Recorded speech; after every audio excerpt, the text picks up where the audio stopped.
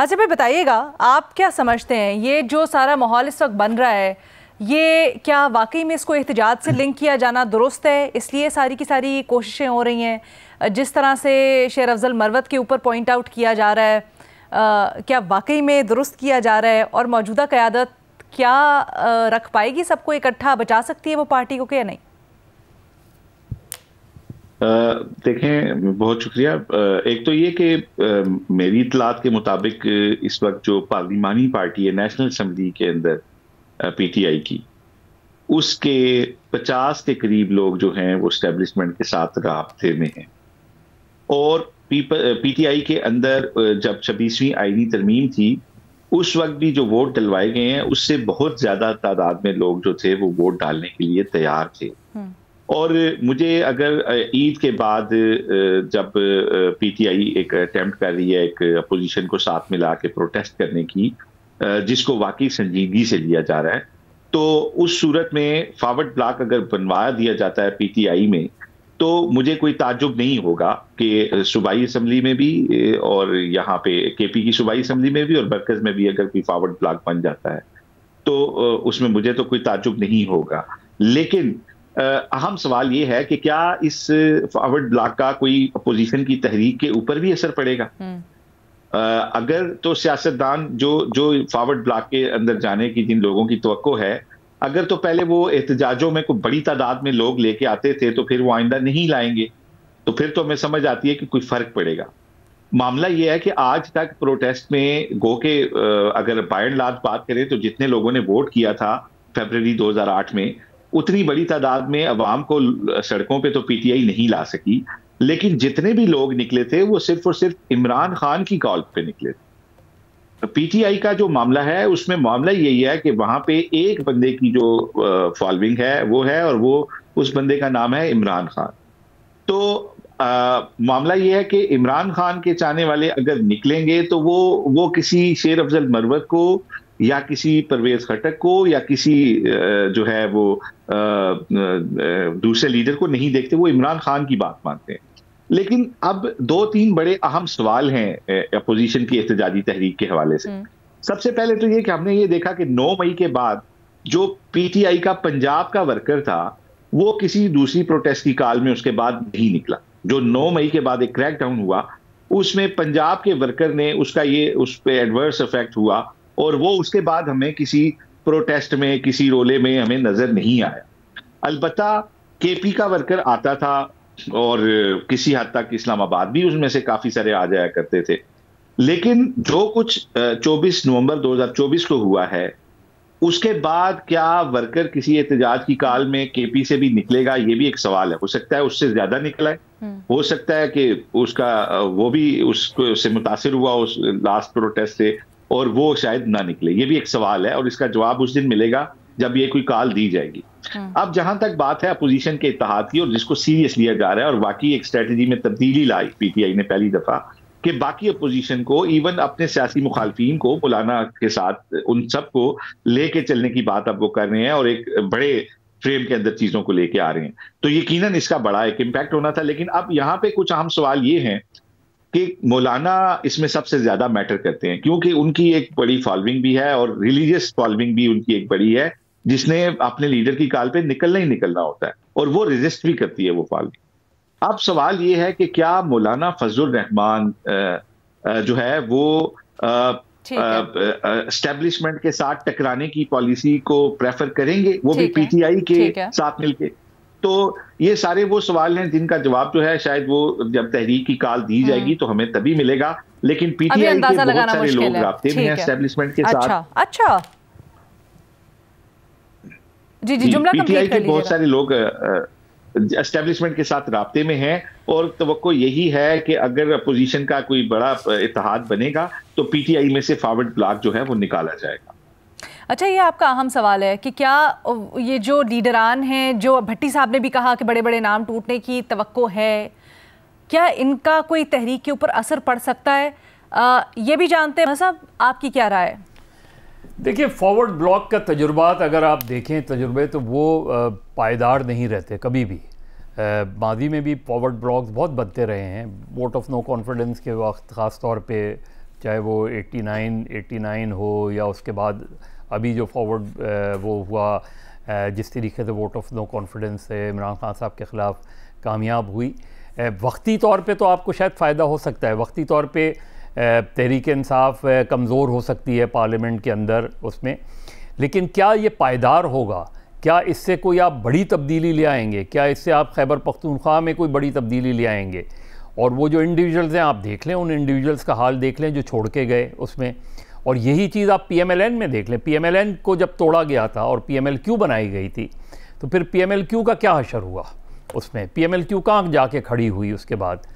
तो मेरा ख्याल है वक्ती तौर पे तो चीज़ें हो सकती हैं। अपेरेंटली तो मुझे फौरी तौर पे तो नहीं लगता कि फॉरवर्ड ब्लॉक ईद के फ़ौरन बाद कोई बन जाएगा। शेर अफजल मरवत साहब की अपनी एक इंडिविजुअल फॉलोइंग अपनी जगह है, लेकिन वैसे तो हमने परवेज़ खटक साहब को भी देखा था। परवेज़ खटक से ज़्यादा स्ट्रॉन्ग तो नहीं है शेर अफजल मरवत। परवेज़ खटक जो 2 मरतबा चीफ़ मिनिस्टर रहे, उसके बाद आज परवेज़ खटक कहाँ खड़े हुए हैं? तो मेरे ख़्याल में मुझे थोड़ा सा ओवर एम्बिशियस लग रहे हैं शेर अफजल मरवत के फॉरवर्ड ब्लॉक के हवाले से जो बात कह रहे हैं। लेकिन जिस तरह चीज़ें होती हैं, बस जिस तरह माजी में लोग टूटे हैं उसमें, उस तरह हो सकता है कि कुछ लोग और टूट जाएं, लेकिन क्या पार्लियामेंट के अंदर कोई एक अलग ब्लॉक बन जाएगा, इसके इम्कान मुझे कम लग रहा है। ठीक है, इरशाद भट्टी साहब आप कहिएगा, क्या समझते हैं कोई असर पड़ेगा तहरीक के ऊपर इसका, अगर कुछ लीडरान छोड़कर जाते हैं तो? क्योंकि आपके बकौल बड़े बड़े नाम भी हैं उसके अंदर जिनको अप्रोच किया जा रहा है। मैडम शेख, एक तो बिल्कुल तहरीक पे तो बिल्कुल असर नहीं पड़ेगा, क्योंकि ये सारे वो लोग हैं जिनमें आप अंदाज़ा करें 80% क़यादत पाकिस्तान तहरीक इंसाफ की कभी जलसों में जुलूसों में नज़र नहीं आई। एक्स पे मतलब ट्विटर्स पे नज़र आती थी और इसके अलावा बयानों में नज़र आती थी, और इवन शेख वकास अकरम एक ट्वीट किया ये लास्ट 24 नवंबर, घर चले गए राजा, ये सलमान अकरम राजा लाहौर की गलियों में फिरते रहे। तो ये वो हैं कागजी शेर जो इमरान खान साहब के वोट बैंक पे बैठे हुए हैं और हमें बाज़ाहिर बैठे, तो कोई फ़र्क नहीं पड़ेगा वोट बैंक इमरान खान का, बल्कि इससे होगा ये कि वो क्या उसको इमरान खान मज़ीद मजलूमियत card, victim card Imran Khan के साथ खड़ा होगा, नए सिरे से जान भर जाएगी कि देखो पार्टियां भी तोड़ रहे हैं, अब ये कर रहे हैं। अच्छा, मैं चाहती हूं ये जो लोग गुफ्तगू करें, फिर आपसे एक आध सवाल और भी है। सिर्फ दो जुमले, और ये जो लोग टूट के गए हैं जाएंगे, ये हलकों में इनका इस्तकबाल होगा।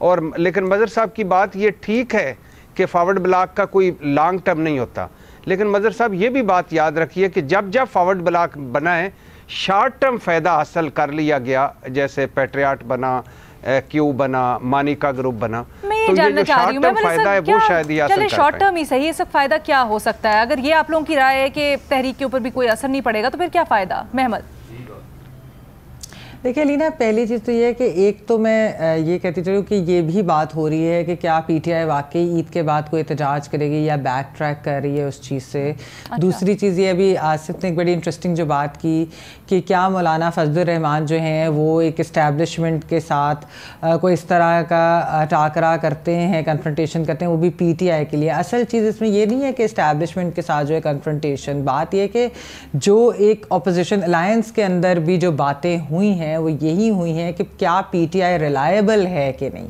PTI अगर आज एक बात करे, क्या ये will they stick to this और नॉट, ये इशू है कि आज उन्होंने हमें एक बात की, सुबह वो बात चेंज होगी और फिर हम तक कन्वे भी नहीं हुई। यानी कि अगर ऑपोजिशन अलायंस है तो जाहिर बात है उनके अंदर आपस में इतनी कोहिजन तो होनी चाहिए और इतनी उनकी कोऑर्डिनेशन भी होनी चाहिए कि वो एक दूसरे से बात डिस्कस करके उनको कन्वे भी करें। तो एक तो ये ज़्यादा बड़ा मसला है, इसीलिए इवन यहाँ पर ये PTI के अंदर भी ये बातें हो रही कि क्या कोई ग्रैंड ऑपोजिशन अलायंस बनेगा जिसमें PTI को ट्रस्ट किया जाएगा।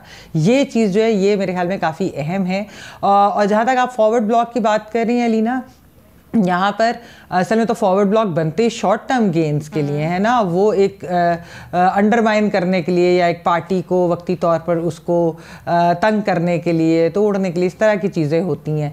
तो वैसे जिस तरह मैंने आपको कहा कि PTI के अपने लोग जो हैं वो भी ये बात महसूस करते हैं कि हमारी अपनी पॉलिसी के अंदर कोई कंसिस्टेंसी नहीं है और हमारे पास कोई प्रॉपर सियासी स्ट्रैटेजी नहीं है और आए दिन कोई ना कोई नई चीज़ हो जाती है। तो ये चीज़ें तो उनके अपने बहुत तहफ़्फ़ुज़ तफावुज़ात है, तो मैं तो आपको वैसे कहती कि फॉरवर्ड ब्लॉक बने या ना बने, पीटीआई की अभी तक कई दफा एक टेस्टर फीलर होता है कि इस तरह के बयान हो जाते हैं। अच्छा, एक और बयान जरा क्विकली इसके ऊपर भी बात कर लेते हैं जो शेर अफजल मरवत साहब ने कहा गंडापुर साहब से मुतल्लिक कि गंडापुर साहब शायद वजीर आला केपी ना रहे।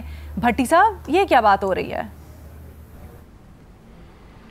जी मैडम शेख, इसकी दो वजह हैं। मुझे चूंकि शेर अफजल मरवत ने कहा था कि आपने बताना नहीं है, अच्छा। तो वो बात तो मैं नहीं बताता, लेकिन करीब करीब ये है कि एक तो GHQ हमला केस चल रहा है, अच्छा। और उसमें अगर सज़ा हो जाती है। दूसरा, जो KP के अंदर है दो मेन ग्रुप हैं, दो काबिल कदर ख़वातीन के ग्रुप, वो अब उन दोनों ग्रुपों में सुना जा रहा है कि गंडापुर साहब जो हैं वो कोई पसंदीदा नहीं रहे। गंडापुर साहब इस वक्त सिर्फ इमरान खान साहब के यस पे खड़े हैं, तो KP में बहुत पहले से लगता है खान साहब का यस आ जाएगा कि लेट गो गंडापुर साहब।